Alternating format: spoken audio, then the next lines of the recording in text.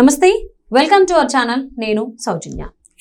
అసలు ఋషికొండ పైన ఏం జరుగుతోంది? రాత్రిపూటే ఎందుకు పూజలు చేస్తున్నారు? అందులో ప్రభుత్వానికి సంబంధించినటువంటి అందరూ ఎందుకుంటున్నారు? స్వరూపానందేంద్ర స్వామి ఎందుకుంటున్నారు? అలాగే మంత్రులు కూడా ఎందుకుంటున్నారు? ఈ అంశానికి సంబంధించి చూసుకున్నట్లయితే ఢిల్లీ పెద్దలు కూడా ఋషికొండ పైన ఫోకస్ చేసినట్టుగా వార్తలు వస్తున్నాయి. మరి ఈ అంశానికి సంబంధించి మనతో మాట్లాడడానికి, వారి విశ్లేషణని మనతో పంచుకోవడానికి ఈరోజు మనతో పాటు ఉన్నారు senior journalist, senior political analyst CS Rao garu ఉన్నారు. వారితో మాట్లాడదాం. నమస్తే అండి. నమస్తే సౌజన్య. ఢిల్లీ పెద్దలు ఎందుకు ఋషికొండ పైన ఫోకస్ పెట్టడం జరిగింది? ఋషికొండ పైన ఓన్లీ రాత్రులు మాత్రమే పూజలు చేస్తున్నారు అని చెప్పేసి అని వార్తలు వస్తున్నాయి. అందులోనూ మినిస్టర్స్ కూడా ఉంటున్నారు. స్వరూపానందేంద్ర స్వామి కూడా యాగాలు పూజలు చేస్తున్నారని వార్తలు బయటకు వస్తున్నాయి. ఎందుకు అసలు ఢిల్లీ పెద్దలు ఋషికొండ పైన ఫోకస్ చేయాల్సినటువంటి అవసరం వచ్చింది? ఇక్కడ రెండు అంశాలు. ఒకటేమో పూజల వ్యవహారం, రెండు ఢిల్లీ వ్యవహారం. ఢిల్లీ ఎందుకు రిషికొండ వైపు చూస్తుంది అనేది ఒకటి. అసలు ఈ రిషికొండలో జరిగినటువంటి నిర్మాణాలు కానీ, అక్కడ జరిగినటువంటి పర్యావరణ విధ్వంసం కానీ, ఇవన్నీ కూడా కేంద్ర ప్రభుత్వానికి సంబంధించినటువంటి అంశం. అందుకే హైకోర్టులో కేంద్ర ప్రభుత్వం నుంచి ఒక అడ్వకేటు హైకోర్టులో హాజరయ్యి ఆయన 4 వారాల పాటు గడువు అడిగి 4 వారాల తర్వాత మేము నివేదిక సమర్పిస్తామని చెప్పి సంజయ్ చెప్పడం జరిగింది హైకోర్టుకి. అంటే ఢిల్లీ ఎందుకు చూస్తుంది రిషికొండ వైపు అంటే, ఆల్రెడీ ఒక కమిటీ వేసింది. కేంద్ర అటవీ పర్యావరణ శాఖ సంబంధించి వాళ్ళు ఒక కమిటీ వేశారు. వాళ్ళు ఒక కమిటీ వేసి ఆ కమిటీ చైర్మన్గా ఒక అతన్ని అపాయింట్ చేసి, గౌరప్పన్ అనే అతన్ని అపాయింట్ చేసి సభ్యుల్ని ఏర్పాటు చేసి దాని మీద ఒక నివేదిక ఇవ్వండి.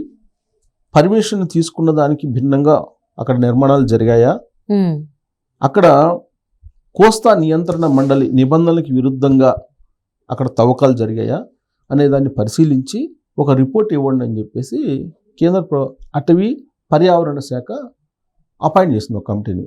ఆ కమిటీకి గౌరప్పన్ చైర్మన్. దాని మీద అధ్యయనం చేసిన తర్వాత, నిర్మాణాలు తవ్వకాలు వీటన్నిటి మీద అధ్యయనం చేసిన తర్వాత ఆ కమిటీ ఒక రిపోర్టును తయారు చేసి కొన్ని అభ్యంతరాలని చైర్మన్ గౌరప్పన్ వ్యక్తం చేశారు. అక్కడ తవ్వకాలు, నిర్మాణాలు నిబంధనలకు విరుద్ధంగా జరిగాయని చెప్పి చాలా అభ్యంతరాలను వ్యక్తం చేశారు. సర్ప్రైజింగ్ థింగ్ ఏంటంటే, గౌరప్పన్ గుండెపోటుతో మరణించాడు. ఓకే. ఆ రిపోర్టు ఇచ్చేటువంటి సమయం అంటే ఒక 2 days 3 daysలో రిపోర్ట్ ఇవ్వాలి. ఆ రిపోర్ట్ ఇవ్వడానికి మీటింగ్లు పెట్టుకున్నారు, కమిటీ మీటింగ్లు పెట్టుకున్నారు, సభ్యులతోటి మాట్లాడారు. అనేక రకాల అభ్యంతరాలు ఆయన కూడా చైర్మన్ హోదాలో వ్యక్తం చేశారు గౌరప్పన్. ఆ అభ్యంతరాలను వ్యక్తం చేస్తూ ఫైలు తయారైపోయింది. ఆ సమయంలో ఆయన గుండెపోటుతో మరణించారు. అదే అసలు పలు అనుమానాలకు తావిస్తుంది. నిజంగా గుండెపోటుతో ఆయన మరణించారా? అసలు ఫైలు మొత్తం తయారైపోయి, నివేదిక తయారైపోయి, తీరా సంతకాలు పెట్టే సమయంకి ఆయన ఎందుకు చనిపోయారు, ఆయన ఎందుకు మరణించారు? అదేమంటే గుండెపోటుతో మరణించారని చెప్తున్నారు. ఇదొక అంశం. రెండేంటంటే, ఇప్పుడు హైకోర్టులో వీళ్ళు చెప్పింది ఏంటి? 2 days బ్యాక్ కేంద్ర ప్రభుత్వానికి సంబంధించినటువంటి అడ్వకేటు కొన్ని అభ్యంతరాలు వ్యక్తం చేశాడు. గౌరప్పన్ చైర్మన్ హోదాలో ఎలాంటి అభ్యంతరాలు వ్యక్తం చేశాడు అనేది సభ్యులను అడిగి తెలుసుకొని ఒక ప్రత్యేకమైనటువంటి నివేదికను మీకు అందజేస్తాము, మాకు 4 వారాలు గడువు ఇవ్వండి అని చెప్పి హైకోర్టుని అభ్యర్థించారు. ఆయన అభ్యర్థిస్తే హైకోర్టు ఓకే అని చెప్పి 4 వారాల పాటు వాయిదా వేసింది ఈ కేసుని. అంటే ఈ రిషికొండ వ్యవహారం రాష్ట్ర ప్రభుత్వానికి సంబంధించిందా, కేంద్ర ప్రభుత్వానికి సంబంధించిందా? కేంద్ర ప్రభుత్వానికి సంబంధించినటువంటి వ్యవహారం. కేంద్ర ప్రభుత్వం కమిటీని అపాయింట్ చేసింది. కేంద్ర అటవీ పర్యావరణ శాఖ అంటే కేంద్ర ప్రభుత్వానికి సంబంధించింది, అంటే కేంద్ర ప్రభుత్వం. అంటే కేంద్ర ప్రభుత్వం కాన్సన్ట్రేషన్ చేసింది రిషికొండ మీద. అసలు ఏం జరుగుతుంది అక్కడ, ఎందుకు నిబంధనలకు విరుద్ధంగా అక్కడ తవ్వకాలు జరిపారు, నిర్మాణాలు జరిపారు, అక్కడే ఎందుకు జగన్మోహన్ రెడ్డి ఉండాలనుకుంటున్నారు? అక్కడ వాస్తవంగా హైకోర్టు ఏం చెప్పింది? అక్కడ ఉండటానికి లేదని చెప్పింది. అక్కడ సీఎం కాంబస్ ఉండటానికి లేదు, 3 రాజధానులు అనేది ఉండకూడదు, 3 రాజధానులు అనేది చట్ట విరుద్ధము అని చెప్పింది. అసెంబ్లీలో కూడా 3 రాజధానుల బిల్లును ఉపసంహరించుకున్నాడు జగన్మోహన్ రెడ్డి. ఉపసంహరించుకొని కూడా వైజాగ్ నుంచి పరిపాలన సాగిస్తారు అని చెప్పి రోజా చెప్పింది కదా. ఒకవేళ జగన్మోహన్ రెడ్డికి ఇష్టమైతే, జగన్మోహన్ రెడ్డి కావాలంటే ఈ భవనాలను జగన్మోహన్ రెడ్డికి మేము పరిపాలన సాగించడానికి ఇస్తామని చెప్పారు కదా. ఓపెన్ చేసిన తర్వాత రోజా టూరిజం శాఖ మంత్రిగా ఉన్నటువంటి రోజా ఓపెన్ చేసిన తర్వాత ఆ భవనాలను ఓపెన్ చేసి అవి పర్యాటకులకి ఇవ్వాలి. అంతకుముందు అక్కడ రిసార్ట్స్ ఉన్నాయి. రిసార్ట్స్లోకి పర్యాటకులు వెళ్ళినప్పుడు రిషికొండ మీద రిసార్ట్స్లో విడిది చేసి అక్కడ పర్యావరణాన్ని ఎంజాయ్ చేస్తారు. పర్యావరణాన్ని ఎంజాయ్ చేయడానికే అక్కడికి వెళ్తూ ఉంటారు పర్యాటకులు. అలాంటి రిసార్ట్స్ని పడగొట్టారు. 10 కోట్లు పెట్టి ఆ రిసార్ట్స్ కట్టించారండి. ఆ రిసార్ట్స్ని కూల్చేయడానికి ఎంత పెట్టారు తెలుసా? 50 కోట్లు పెట్టారు. పడగొట్టడానికి 50 కోట్లు, కట్టడానికి 10 కోట్లు పెట్టి కట్టిస్తే రిసార్ట్స్ని అంత ముందుండే ప్రభుత్వాలు వాటిని 50 కోట్లు పెట్టి కూల్చేశారు. కూల్చేసి 500 కోట్లు పెట్టి ఇప్పుడు కొత్త భవనాన్ని నిర్మించారు. అంటే ఇప్పుడు రుషికొండ పైన ప్యాలెస్ ఏదైతే ఉందో దాని మీద కేంద్ర కమిటీ ఒకటి విచారణ కోసం ఉన్నట్లయితే ఎందుకు దాన్ని కట్టి ఏపీ ప్రభుత్వం కట్టడమే కాకుండా దొంగతనంగా, అంటే ఎవరికీ చెప్పకుండా, ఎవరిని ఇన్వైట్ చేయకుండా, ఒకవేళ మీడియా వస్తుంటే కూడా మీడియాకి అనుమతి లేవని చెప్పి పక్కన పెట్టేసి ఎందుకు అంత సీక్రెట్గా ఓపెన్ చేస్తున్నారు రుషికొండ మీద ఉన్న ప్యాలెస్? ఎందుకు చేస్తున్నారంటే న్యాయస్థానాలు కళ్ళు కప్పడానికి, న్యాయస్థానం తప్పుదోవ పట్టించడానికి, కేంద్ర ప్రభుత్వాన్ని రాంగ్ రూట్లోకి తీసుకెళ్ళడానికి ఇలాంటి పనులు చేస్తున్నారు. అంటే తెలీదా? ఇప్పుడు రోజే చెప్పినంత మాత్రాన జగన్మోహన్ రెడ్డి కావాలంటే మేము జగన్మోహన్ రెడ్డికి ఈ భవనాలను ఇచ్చేస్తామని చెప్పి ఆమె ఎందుకు చెప్పారు అంటే, జగన్మోహన్ రెడ్డి ముఖ్యమంత్రి హోదాలో పోయి గనక ఓపెన్ చేస్తే అది కోర్టు ధిక్కరణ కింద వస్తుందని చెప్పి, అది టూరిజం భవనాలు అని చెప్పి చెప్పడానికి ఆవిడ చేత, టూరిజం మంత్రి కాబట్టి ఆవిడ చేత ఓపెన్ చేయించి, ఆవిడేమో ఓపెన్ చేసిన తర్వాత జగన్మోహన్ రెడ్డి కావాలంటే మేము జగన్మోహన్ రెడ్డికి ఇస్తాం, లేదంటే పర్యాటక శాఖ ఉపయోగించుకుంటుంది అని చెప్పి ఆవిడ చెప్పారు. అంటే పర్యాటక శాఖ కోసం అసలు అంత పెద్ద భవనాలు ఎందుకు? 11 బ్లాకులు నిర్మించారు అక్కడ. 11 బ్లాకులు అవసరం ఏంటి? 11 బ్లాకులు ఎందుకు? అడ్మినిస్ట్రేషన్ భవనం అని చెప్పి వాళ్ళు నిర్మించారు. అది అందరికీ తెలిసిన విషయమే. దాని మీద కోర్టుకు కూడా వేశారు, పర్యావరణవేత్తలు వేశారు, తర్వాత పబ్లిక్ వేశారు. ఈ కేసుల్లో మళ్ళీ రఘురామకృష్ణరాజు ఇంప్లీడ్ అయ్యారు. అసలు ఆడ పరిపాలన అక్కడి నుంచి సాగించడానికి లేదు, నిబంధనలకు విరుద్ధంగా అక్కడ మొత్తం కన్స్ట్రక్షన్ జరిగినాయి, తవ్వకాలు జరిగినాయి అని చెప్పి చెప్తున్నప్పుడు నువ్వు అసలు దాన్ని మీడియాని కూడా రాకుండా చీకట్లో నువ్వు ఓపెన్ చేసి ఏం చేయదలుచుకున్నారు అక్కడ? పైగా స్వరూపానంద సరస్సుకు సంబంధం ఏంటి అసలు?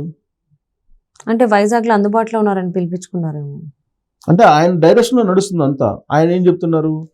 ఆయన సముద్రం ఒడ్డునుంది, ఇక్కడి నుంచి మీరు పరిపాలన సాగిస్తే వివాదాలన్నీ ఉండవు, తాడేపల్లిలో నుంచి పరిపాలన సాగిస్తే నువ్వు వివాదాలను ఎదుర్కోవాల్సి వస్తుంది, మళ్ళీ అధికారంలో రాలేవు, మళ్ళీ అధికారంలో రావాలంటే సముద్ర మట్టానికన్నా కూడా నువ్వు ఎత్తులో ఉండాలి అని చెప్పి చెప్తున్నారు.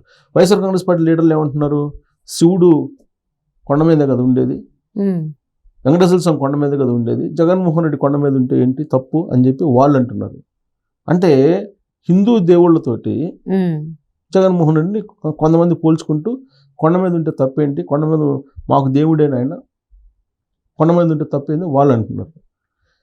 మళ్ళీ ఈ మధ్యకాలంలో ఎవరు అన్నారు నిన్న ఇది ఓపెన్ చేసిన తర్వాత, మా యేసు ప్రభు అని.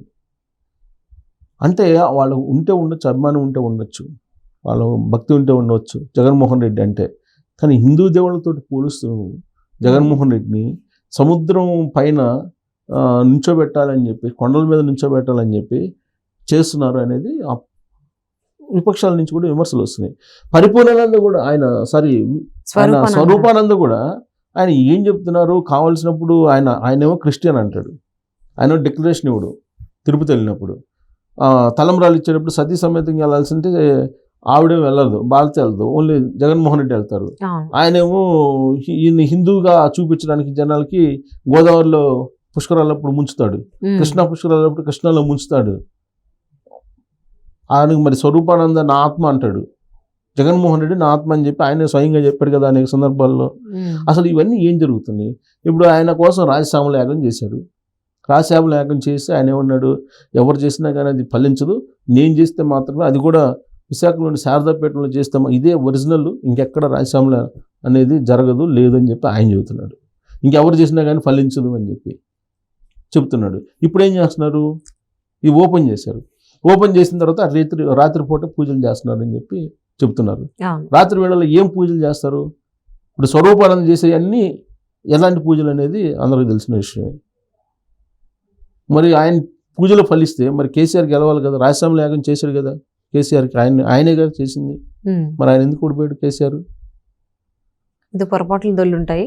రాత్రిపూట తాంత్రిక పూజలు, క్షుద్ర పూజలు ఇవన్నీ చేస్తున్నారు, అందుకే ఎవరిని రానివ్వట్లేదు అనేది ఒకటి అనిపిస్తుంది. అవును. దీని మీద అసలు ఏం జరుగుతుంది అనేది ఈవెన్ నరబలి కూడా జరిగిందేమో అని క్వశ్చన్ రైజ్ చేశారు. కేఏపాల్ చేశారు కదా, కేఏపాల్ నరబలి జరిగిందని చెప్పి కేఏపాల్ కేసీఆర్ చెప్తున్నారు. చేసినట్టు ఇక్కడ జగన్ కూడా చేయించాడా, స్వరూపానంద చేయించారా అని కామెంట్ చేశారు నరబలి కేఏపాల్. కేఏపాల్ అంటున్నాడు. కేఏపాల్ డైరెక్ట్ గా అక్కడికి వెళ్ళాడు కదా, వెళ్ళిన తర్వాత ఆయన రానిలేదంటే నరబలి ఇస్తున్నారా మీరు అంటే చేయరాని పనులు చేస్తేనే కదా నువ్వు రానే ఉంది. ఇప్పుడు అది పబ్లిక్ ప్రాపర్టీ, అవును. ప్రజా సంబంధాలకు సంబంధించినటువంటి ఆస్తులు అవి, మనం ఎందుకు రానివ్వు? అందులోనూ కట్టినంత చట్టానికి విరుద్ధంగానే అనుమతులు తీసుకున్నది ఒకటి, అక్కడ కట్టించింది సో ఇంకొకటి. కాబట్టి రేపు హైకోర్టులో చెప్పాలి కాబట్టి ఉమ్, కేంద్రమే దీని మీద ప్రత్యేకమైనటువంటి నిఘా పెట్టి అసలు అక్కడ ఏం జరుగుతుంది అనే దాని మీద హైకోర్టుకి చెప్పాలి కదా, రిప్లై అయితే ఇవ్వాలి కదా, 4 వారాల తర్వాత ఇవ్వాలి కదా. అందుకని చెప్పి కేంద్రం ఏంటంటే ఒక నిఘా పెట్టేసి అక్కడ ఏం జరుగుతుంది అనేది ఒక రిపోర్ట్స్ తయారు చేసుకొని రేపు కోర్టుకి సబ్మిట్ చేసే ప్రయత్నం చేస్తుంది. ఓకే.